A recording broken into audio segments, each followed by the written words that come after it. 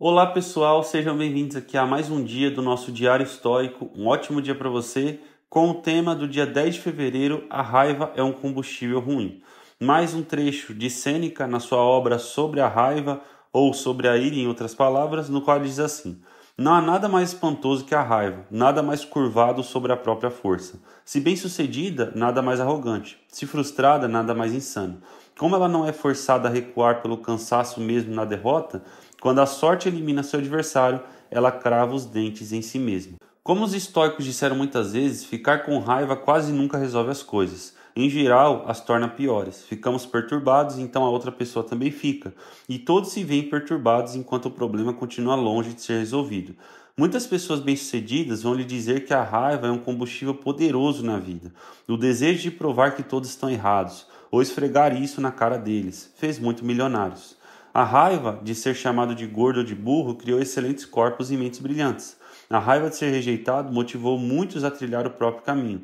Mas essa é uma visão turva. Essas histórias deixam de lado a poluição produzida como efeito colateral e o desgaste que ela provocou no motor. Ignora o que acontece quando aquela raiva inicial se esgota, passando a precisar ser gerada cada vez mais para manter a máquina em movimento, até que finalmente a única fonte que resta é o ódio de si mesmo.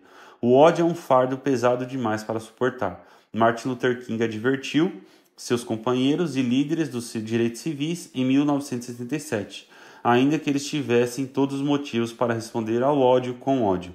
O mesmo se aplica à raiva. Na verdade, aplica-se à maior parte das emoções extremas. Elas são um combustível tóxico. Há uma grande abundância dela por aí no mundo, não resta dúvida, mas os custos que a acompanham nunca valem a pena. Isso com certeza é uma questão muito interessante porque a raiva, a tristeza, a chateação, os ciúmes, o ódio, todas essas emoções, elas são coisas que você pode analisar da seguinte forma. Elas são impulsos rápidos, são impulsos extremos, são picos de emoções que vêm e vão embora rapidamente, que logo passam, mas que muitas vezes deixam muitas consequências também, muitas sequelas. E isso por conta das atitudes que tomamos na vida física a partir de uma emoção que veio no nosso interior. Então, uma pessoa com raiva muitas vezes pode cometer um crime que vai mudar a vida dela para sempre. Uma pessoa com raiva ela pode tomar uma atitude que vai mudar toda a sua jornada pelo restante da existência.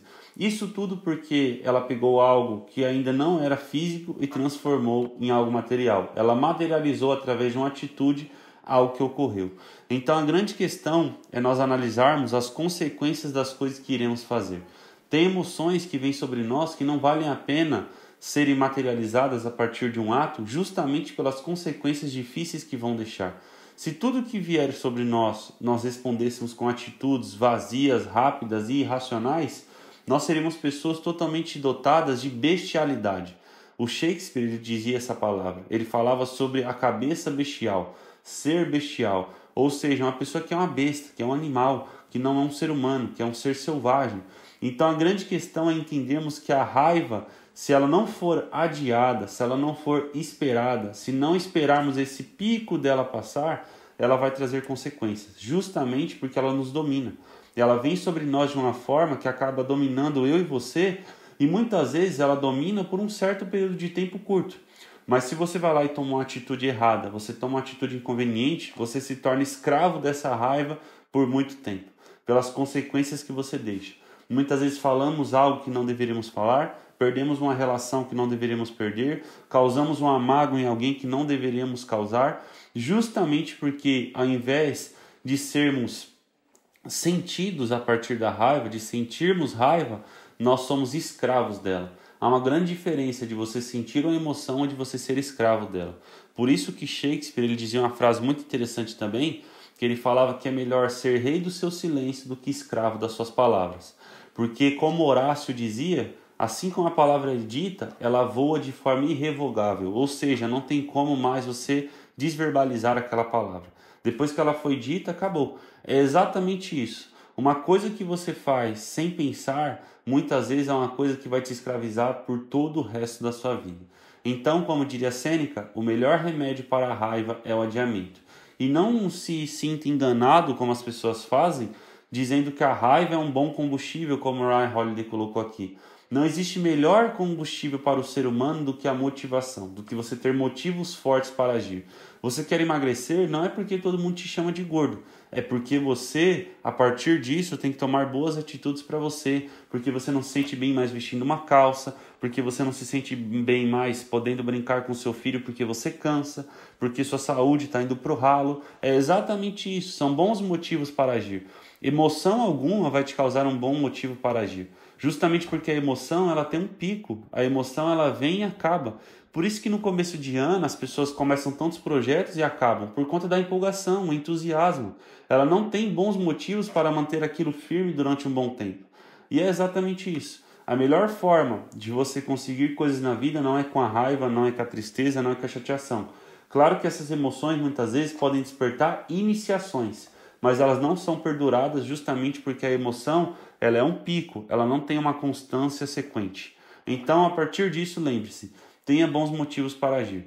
E, acima de tudo, adie ao máximo suas emoções. Não deixe que elas venham se transpor no mundo físico. Por isso, a melhor forma, quando algo acontece, é você retirar algum tempo para pensar. É você ficar 5 minutos calado, é você ir para o seu quarto e se fechar, é você parar um pouco, se isolar, refletir, é você fazer uma oração que seja, se você é cristão, é você acalmar a sua mente. Justamente por um fator que nós já falamos aqui várias vezes. O pico da emoção causa uma inibição na região do nosso cérebro, que é bem no lobo frontal, o córtex pré-frontal, como nós chamamos, que é a região denominada e responsabilizada pela razão, pelo pensamento lógico. Então, basicamente isso, pessoal. Primeiro, tenha bons motivos para agir. Não haja na emoção, porque muitas vezes a emoção não vai durar quando você quer conquistar uma coisa boa, e a emoção muitas vezes também pode causar consequências que você vai ter que suportar para o resto da vida, caso seja uma coisa ruim. E outra coisa, adie as emoções ao máximo. Espere sua razão voltar à sua atividade normativa. E a partir disso, você terá plena consciência para tomar as melhores atitudes. Muito obrigado, pessoal, e até amanhã.